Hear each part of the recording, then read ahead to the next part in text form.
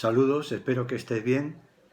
En esta mañana te felicito por decidir escuchar la palabra de Dios. Y la Biblia dice que la palabra de Dios es poder para salvación, así que seguro que Dios va a poder bendecir tu vida si tienes un corazón abierto. En esta mañana quiero compartiros un mensaje que he titulado Los dos mensajeros. He titulado Los dos mensajeros porque me daba cuenta de que de alguna manera cada uno de nosotros recibimos mensajes en un determinado momento que nos hacen estar muy tristes, ¿no? Un mensaje que a lo mejor te dice que te han despedido, te dicen que hay un problema de enfermedad o cualquier tragedia que pasa, ¿no? Y lo que sentimos inmediatamente es una sensación, ¿no?, de preocupación, a veces depende la intensidad de miedo. Pero también es cierto que a veces recibimos mensajes, ¿no?, que son todo lo contrario. Pues mira, hemos aprobado el examen, te hemos cogido en el trabajo, etcétera. Hemos recibido alguna buena noticia de lo que sea y eso nos anima, nos empuja, ¿no? Pero déjame decirte también que no siempre podemos tener buenas noticias, ni tampoco espero que sean todas malas. Lo normal es que sea una especie en este mundo que vivimos, que no es el cielo, como he dicho muchas veces. En este mundo tengamos mensajeros y mensajes que nos van a llevar a estar tristes y en otros momentos a estar contentos. Déjame decirte también que por mucho tiempo que llevemos como creyentes, por mucha madurez que tengamos, este tipo de mensajes nos afectan a todos, en mayor o menor medida, ¿no? Y es un poquito lo que quiero dejarte en esta mañana y pedirte que abras tu corazón para que Dios pueda hablarte en algún área de tu vida. Para este mensaje, he escogido un texto que tiene que ver con esa historia que vemos en Primera de Reyes, capítulo 19, en el Antiguo Testamento. Si quieres lo puedes buscar y luego lo lees tranquilamente, yo lo voy a mencionar. Primera de Reyes, capítulo 19, versículo 1 en adelante. Y he cogido esta historia porque vemos aquí a una persona que era Jezabel, que emite un mensaje, este mensaje que no era nada bueno, porque Jezabel era la esposa de Acab. Acab en ese momento era rey de Israel, un hombre con poder, pero su esposa era malvada, lo dice la Biblia, ¿no? Aparte de todo eso tenía profetas que hacían cosas tremendas, incluso mataban también niños, sacrificaban. Y en un momento determinado vemos que el profeta Elías, que es un poquito el protagonista de la historia, el profeta Elías le reta a estos profetas de Baal, estos profetas que tenía esta mujer Jezabel y a los cuales le daba toda vía libre, ¿no?, para hacer barbaridades, y les reta que si realmente ellos tienen un Dios de verdad, pues que descienda fuego del cielo. Esa historia la tenemos en el capítulo anterior, que la podéis leer, y lo que sucede es que evidentemente esos falsos profetas empiezan a clamar y no sucede nada, ni baja de fuego del cielo ni nada, pero cuando lo hace Elías, desciende un fuego del cielo que arrasa todo aquello que habían puesto para ser quemado. Esto hace también que Elías derrote a esos profetas. Eran 450 profetas de Baal y también 400 de Asera, ¿no? Era mucha gente, muchos profetas. Pero cuando esta mujer Jezabel se entera de que esto ha sucedido, inmediatamente despliega un odio tremendo sobre Elías y emite un mensaje que es el que quiero destacar, ¿no? Dice Primera de Reyes 19, versículo 2, que entonces Jezabel envió un mensajero a Elías y ese mensaje le decía a Elías: así me hagan los dioses y aún me añadan, si mañana tú, Elías, a estas horas no estás puesto como uno de los profetas a los que has matado, ¿no? Entonces este mensaje tan fuerte, ¿no?, amenazante para un hombre de Dios que llevaba muchos años, un gran profeta que hacía grandes señales y la acababa de hacer recientemente, algo pasó que este mensaje él le llegó al corazón.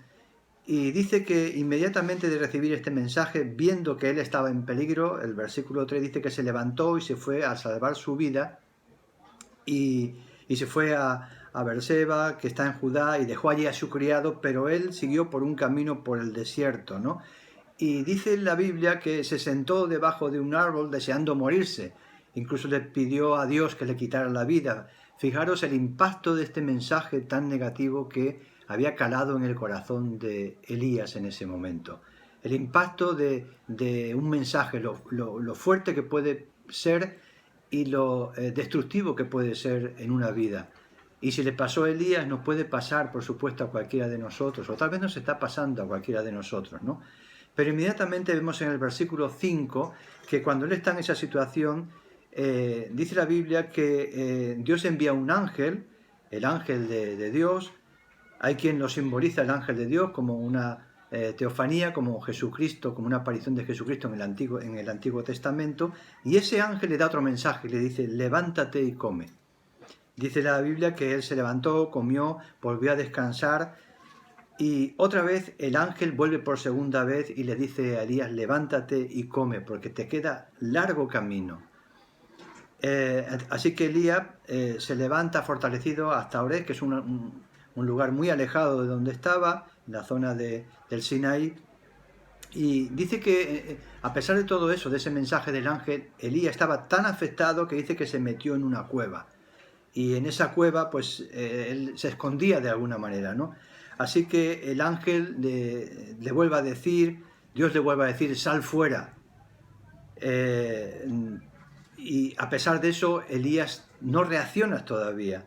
Así que vemos diferentes motivos que aparece allí, que aparece un viento, pero Dios no estaba en el viento, aparece un terremoto, Dios no estaba en el terremoto, aparece un fuego, Dios no estaba en el... Y aparece también un viento apacible, ¿no? Y ahí sí estaba Dios, ¿no? Y esto nos habla que a veces en situaciones tan críticas como estamos, no hace falta que pasen cosas muy sobrenaturales, sino en la tranquilidad, en la quietud, Dios nos habla y Dios nos fortalece, ¿no? Así que cuando el ángel le dice esto, ¿no? Le pregunta: ¿qué haces aquí, Elías, metido? Son de estas preguntas retóricas, ¿no? Son preguntas que no es para que Dios sepa qué estaba pasando, sino para que él se dé cuenta: ¿qué estás haciendo, Elías? Estás ahí escondido. Y Elías, todavía muy afectado, le dice: bueno, yo es que he sentido un celo grande de Dios y de los ejércitos, y me he escondido porque de alguna manera no queda ninguno de los profetas de Dios, han destruido los altares, han matado a los profetas y solo quedo yo. Y esa era un poquito su respuesta, ¿no? Que simboliza muchísimo lo que hay dentro del corazón de Elías, ¿no? Hay dentro de él una negatividad tan grande que no ve nada positivo, ve que él es el único que queda, como nos pasa a veces, ¿verdad? En ese momento que estamos abajo parece que todo se hunde, que no hay solución, que no hay salida, que solo nos queda pues eso, que nos van a matar, que nos van a destruir, no vemos ninguna salida. Entonces el ángel le vuelve a hablar de nuevo y le dice: vuélvete por el camino, empieza a caminar, ¿no? Dice: porque tengo trabajo para ti, tienes que ungir a Hazael por rey de Siria, tienes que ungir a Jehú, hijo de Nimsi, como rey sobre Israel, y también tienes que ungir a Eliseo y enseñarle, ¿verdad?, como alumno, para que él sea tu sucesor más adelante, ¿no? Y luego le dice también el ángel, para intentar quitarle esa mentira que tiene como consecuencia de su miedo y de su temor, dice: y déjame decirte también que no es que no quede ningún profeta, solo tú, sino que además yo haré, te dice Dios, que 7.000 de Israel no se arrodillen ante Baal, ¿no? No ese es el panorama que tú pintas, Elías, ¿no? Así que en estos dos mensajeros vemos por un lado el mensaje de Jezabel, que simboliza el mensaje de la maldad, el mensaje de lo negativo, ¿no? Que sin una espada física, simplemente ese mensaje, sin un arma física, atravesó el corazón de Elías, un hombre de Dios, y le dejó prácticamente casi cao, ¿no? No podía reaccionar, no podía caminar, levantarse. Y luego vemos también el mensaje del ángel de Dios, el ángel de Dios que a Elías, que es un mensaje totalmente opuesto, es un mensaje que le manda salir de la cueva, que le habla de la realidad y no de la mentira que le hizo creer el mensaje de Jezabel. Y déjame contarte una anécdota que leía también, ¿verdad? Y es la anécdota que tiene que ver con el poder del miedo, ¿no? Cuando el miedo se apodera de nosotros es tremendo, ¿no? Y esta anécdota cuenta que un rey también perverso como Jezabel tenía un ejército que continuamente conquistaba lugares y tribus de la zona, y cada vez que hacía preso a los guerreros que conquistaba, lo llevaba y lo metía en un gran palacio. Y en ese palacio grande cogía a esos guerreros y los ponía en el centro del palacio. Y como jugando con ellos y burlándose, ¿verdad?, por su maldad, de la maldad de este reino, le decía a esos guerreros que habían sido hechos prisioneros, dice, os voy a dejar dos opciones para que podáis elegir. Dice, tenéis a un lado, como veis allí, unos arqueros que están con sus flechas y sus arcos dispuestos para disparar sobre vosotros. Y al otro lado tenéis la otra opción, que es una puerta allí oscura, negra que veis, y en esa puerta, pues ellos veían una puerta muy tétrica y manchada de sangre, y dice, podéis elegir la puerta. Inmediatamente ellos, con su miedo, no veían más que en aquella puerta oscura, grande, enorme, tétrica y llena de sangre, que aquello simbolizaba tortura, que es lo que muchas veces hacían los conquistadores con los prisioneros, ¿no? Entonces ellos, y así luego la mayoría de los que les ponía esta prueba, decidían morir por la flecha, que morían instantáneamente. Y así lo hicieron. Todos decidieron, los arqueros, antes que aquella puerta llena de sangre.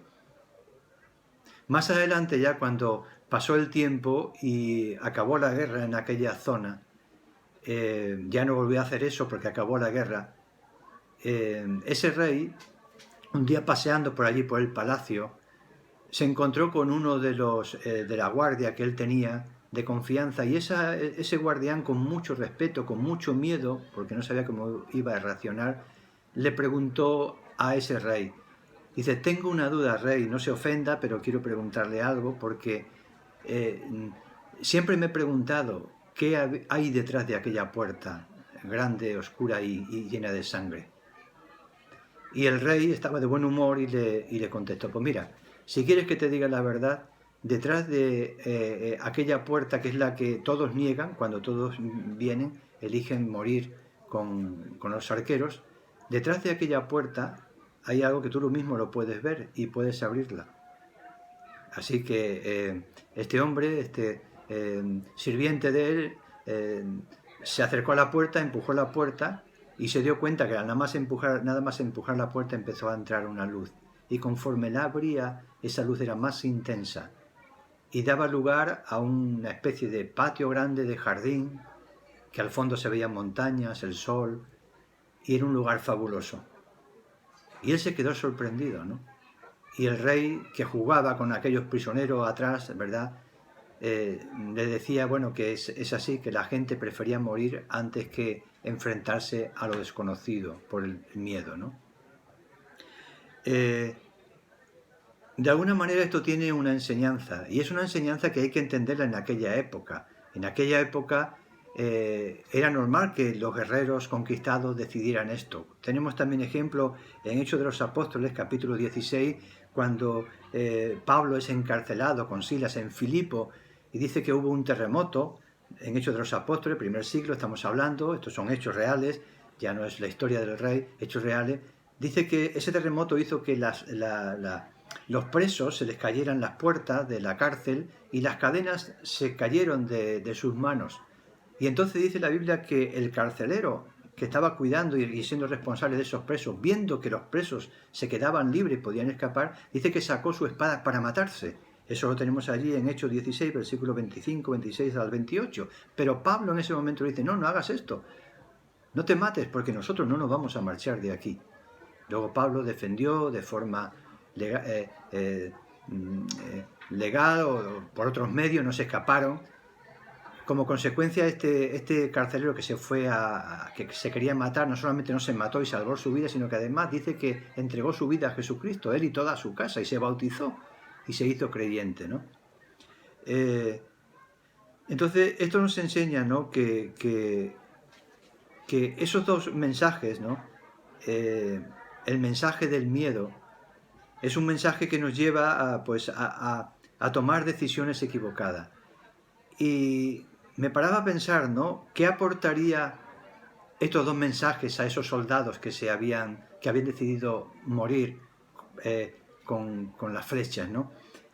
Y evidentemente pensaba que si esos soldados hubieran recibido el mensaje de Jezabel, hubieran hecho lo mismo, porque veían una persona cruel que solo deseaba su mal, deseaban su tortura, deseaban el terror. Pero si esos soldados hubieran recibido el mensaje del ángel, posiblemente hubiera sido muy distinta su realidad. En primer lugar, ese ángel a lo mejor le hubiera hablado de Juan capítulo 8, versículo 32, donde Jesús le dice: conoceréis la verdad y la verdad os hará libre. Y ellos hubieran conocido la verdad y no hubieran muerto por una mentira, porque murieron por una mentira.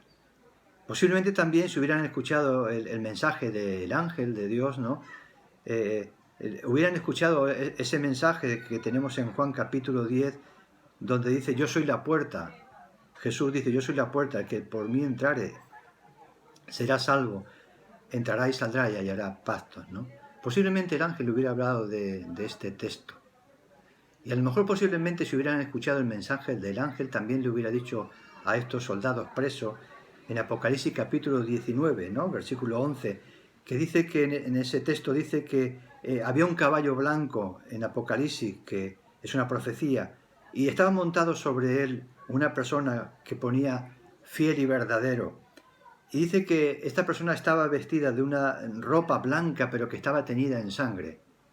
Y sobre esa ropa ponía el verbo de Dios. Y ellos hubieran entendido que esa sangre de la puerta no era una sangre de tortura, sino era una sangre que les hubiera limpiado sus pecados y le hubiera dado paso a ese paraíso, a la eternidad, ¿no? Pero no tuvieron ese mensaje, tuvieron el mensaje de este rey malvado, que sería el equivalente a Jezabel, ¿no? Ahora, ¿qué aporta? Pensaba también yo, ¿qué le aportaron estos mensajes a Elías? Hemos hablado de los soldados, pero ¿qué le aportaron a Elías estos dos mensajes? El primero ya lo sabemos, lo que hemos dicho antes, lo que le aportaron. El primer mensaje, el de Jezabel, lo que le aportó fue muerte, entró en una casi depresión, le aportó también miedo, se escondió en una cueva, quiso también quitarse la vida, eso es lo que le aportó el mensaje de Jezabel, y también le aportó un mensaje sin futuro, ¿no? Él no quería hacer nada más que esconderse. Pero el ángel de Dios le aportó algo muy distinto. Dice que le dijo: levántate, porque te queda un largo camino, así que le aportó esperanza. Le dijo también: ¿qué haces aquí, Elías? También ese mensaje le hizo ver que él se preguntara: ¿qué estás haciendo? Como a veces Dios nos puede preguntar a nosotros: ¿qué estás haciendo ahí? ¿Qué estás haciendo con eso? Con esa conducta, con esa forma. ¿Qué estás haciendo? ¿En qué dirección estás caminando, no? Y le dijo: sal fuera de ahí, sal fuera de ahí. Y si miramos cronológicamente, ¿verdad?, vemos que Elías no solamente es que Dios le dice que vaya adelante y que va a ungir un profeta que será después de él, sino que todo esto pasaron años. Tiene por delante mucho más que en la cueva no lo hubiera conseguido, ¿no? Y cronológicamente vemos que Elías tiene que volver otra vez ahí con Jezabel y con Acaz para tratar con ellos. Después de todo esto tiene que volver porque ellos habían mandado a matar a Naboth, que era un pobre que tenía allí una viña, y se encaprichó de esa viña Acaz, y su esposa Jezabel le mandó matar a Naboth con muchos artilugios para que se quedara con esa pequeña viña, teniendo él como tenía todo, ¿no? Es el colmo del egoísmo: cuanto más tienes, más quieres, ¿no? Luego también tuvo que tratar con Acab, ¿no? Y traerle profecías de lo que sería condenación sobre él. Pero es que luego más tarde tuvo que enfrentarse también a Ocosías, que fue el heredero, el hijo de Acab, que también siguió el mismo camino de maldad, ¿no? Y tuvo también que ir a Ocosías más adelante, ¿verdad?, y decirle que lo que había estado haciendo estaba mal, que seguía con los Baales y con toda esa maldad, ¿no?, y lo que vendría sobre él. Y aparte de todo este tiempo que pasó haciendo esto, sino luego llega a otra etapa, la vemos más adelante, donde él se acerca a un joven que se llamaba Eliseo, que no era era simplemente alguien que estaba arando allí en el campo, le echa su manto, y es lo que hace Eliseo, no se convierte inmediatamente en profeta y sucede a Elías, sino que se convierte en un discípulo de Elías. Y este hombre Eliseo le va siguiendo, y dice la Biblia que le servía a Elías, y se convierte en un discípulo, en un siervo que también dura tiempo y dura años, ¿no?